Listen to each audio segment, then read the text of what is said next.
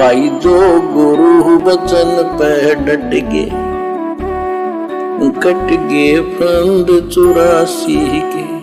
काल निरंजन द्वारा कबीर जी से 3 युगों में कम जीव ले जाने का वचन लेना। विस्तृत व संपूर्ण वर्णन। प्रश्न, कबीर जी के नाम से चले 12 पंथों के वास्तविक मुखिया कौन हैं और 13वां पंथ कौन चलाएगा? अब देखो, प्रश्नोत्तरी के माध्यम से गुरुदेव भगवान हमारे विश्वास को दृढ़ करना चाहते हैं कि वर्तमान में पूर्ण संत धरती पे कौन है। तो क्या सवाल है कि कबीर जी के नाम से चले 12 पंथों के वास्तविक मुखिया कौन हैं और 13वां पंथ कौन चलाएगा? उत्तर दिया गुरुदेव ने, जैसा कि कबीर सागर के संशोधनकर्ता स्वामी युगलानंद बिहारी जी ने दुख व्यक्त किया है कि समय समय पर कबीर जी के ग्रंथों से छेड़छाड़ करके उनकी बुरी दशा कर रखी है। उदाहरण, परमेश्वर कबीर जी का जोगजीत के रूप में काल ब्रह्म के साथ विवाद हुआ था। वह शमशम वेद बोध पृष्ठ 117 से 122 तक तथा अनुराग सागर पृष्ठ 60 से 67 तक है।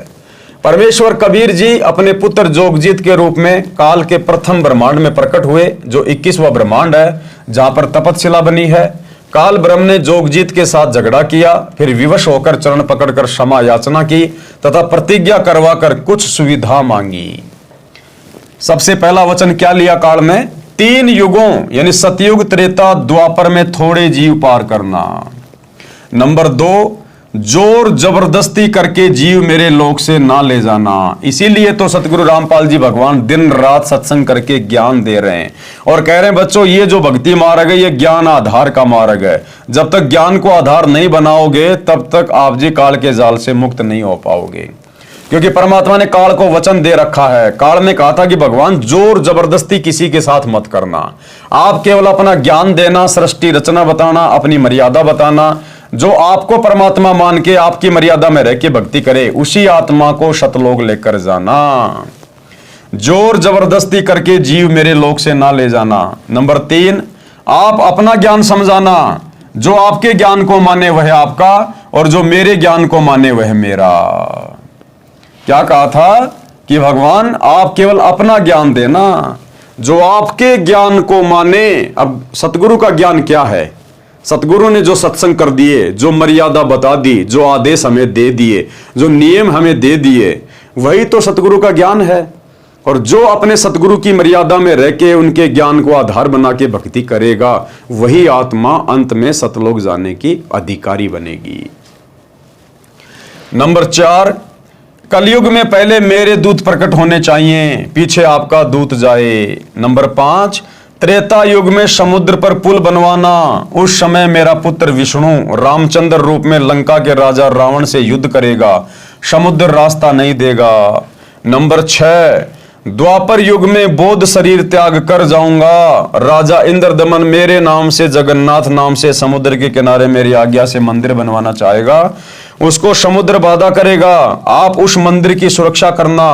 परमेश्वर ने सर्व मांगे स्वीकार कर ली और वचनबद्ध हो गए। तब काल ब्रह्म हंसा और कहा, हे जोगजीत आप जाओ संसार में, जिस समय कलयुग आएगा उस समय मैं अपने 12 दूत नकली सतगुरु संसार में भेजूंगा। जब कलयुग 5505 वर्ष पूरा होगा तब तक मेरे दूत तेरे नाम से, कबीर जी के नाम से 12 कबीर पंथ चला दूंगा। कबीर जी ने जोगजीत रूप में काल ब्रह्म से कहा था कि कलयुग में मेरा नाम कबीर होगा और मैं कबीर नाम से पंथ चलाऊंगा। इसलिए काल ज्योति निरंजन ने कहा था कि आप कबीर नाम से एक पंथ चलाओगे तो मैं काल कबीर नाम से 12 पंथ चलाऊंगा। सर्व मानव को भ्रमित करके अपने जाल में फांस कर रखूंगा। इनके अतिरिक्त और भी कई पंथ चलाऊंगा जो सतलोक सचखंड की बातें किया करेंगे तथा सत्य साधना उनके पास नहीं होगी, जिस कारण से वे सतलोक की आस में गलत नामों का जाप करके मेरे जाल में ही रह जाएंगे। तो भाइयों और बहनों, वर्तमान में सतगुरु रामपाल जी के अलावा जितने भी संत हैं, जितने भी पंथ हैं, ये सब काल का जाल है, केवल जीवात्माओं को भ्रमित करने के लिए। काल ब्रह्म ने पूछा था कि आप किस समय कलयुग में अपना सत्य कबीर पंथ चलाओगे।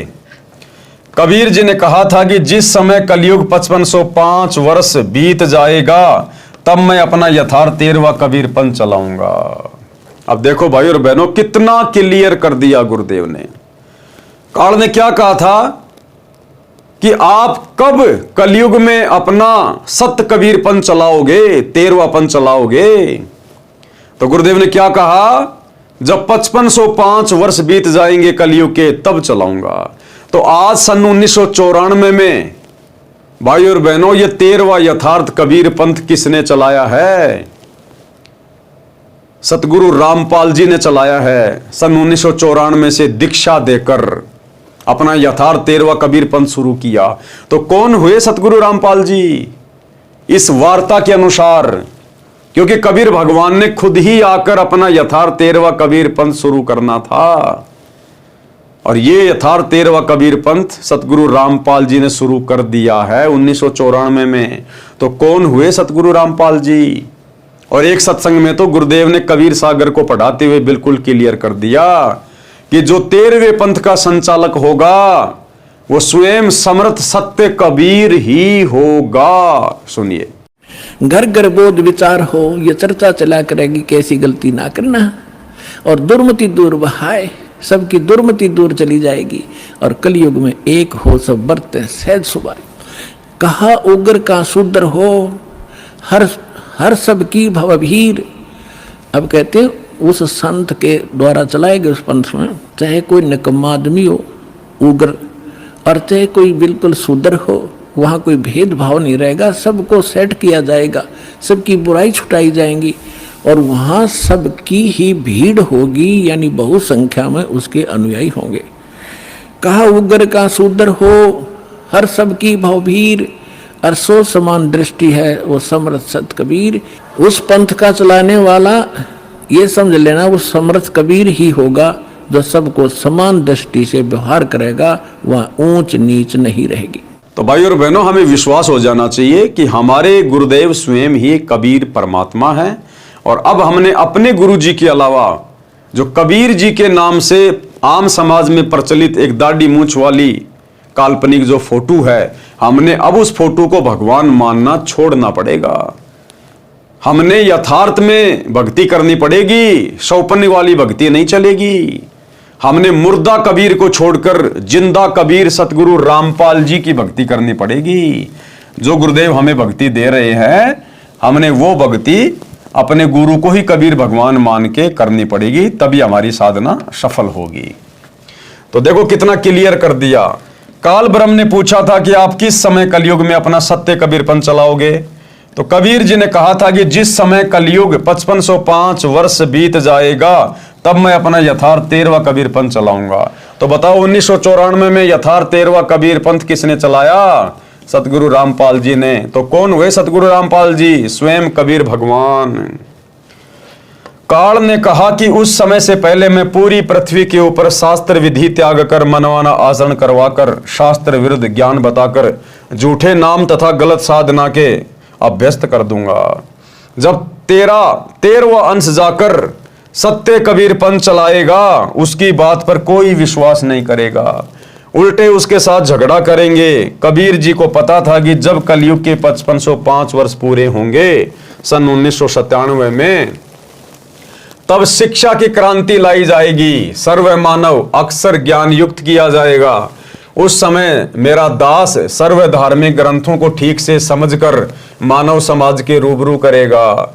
सर्व परमाणु को आंखों देखकर शिक्षित मानव सत्य से परिचित होकर तुरंत मेरे 13वें पंथ में दीक्षा लेगा, और पूरा विश्व मेरे द्वारा बताई भक्ति विधि तथा तत्व ज्ञान को हृदय से स्वीकार करके भक्ति करेगा। जो गुरु बचन पे डट गे, कट गे फंद 84 के, कट गे फंद 84 के, कट गे फंद 84 के।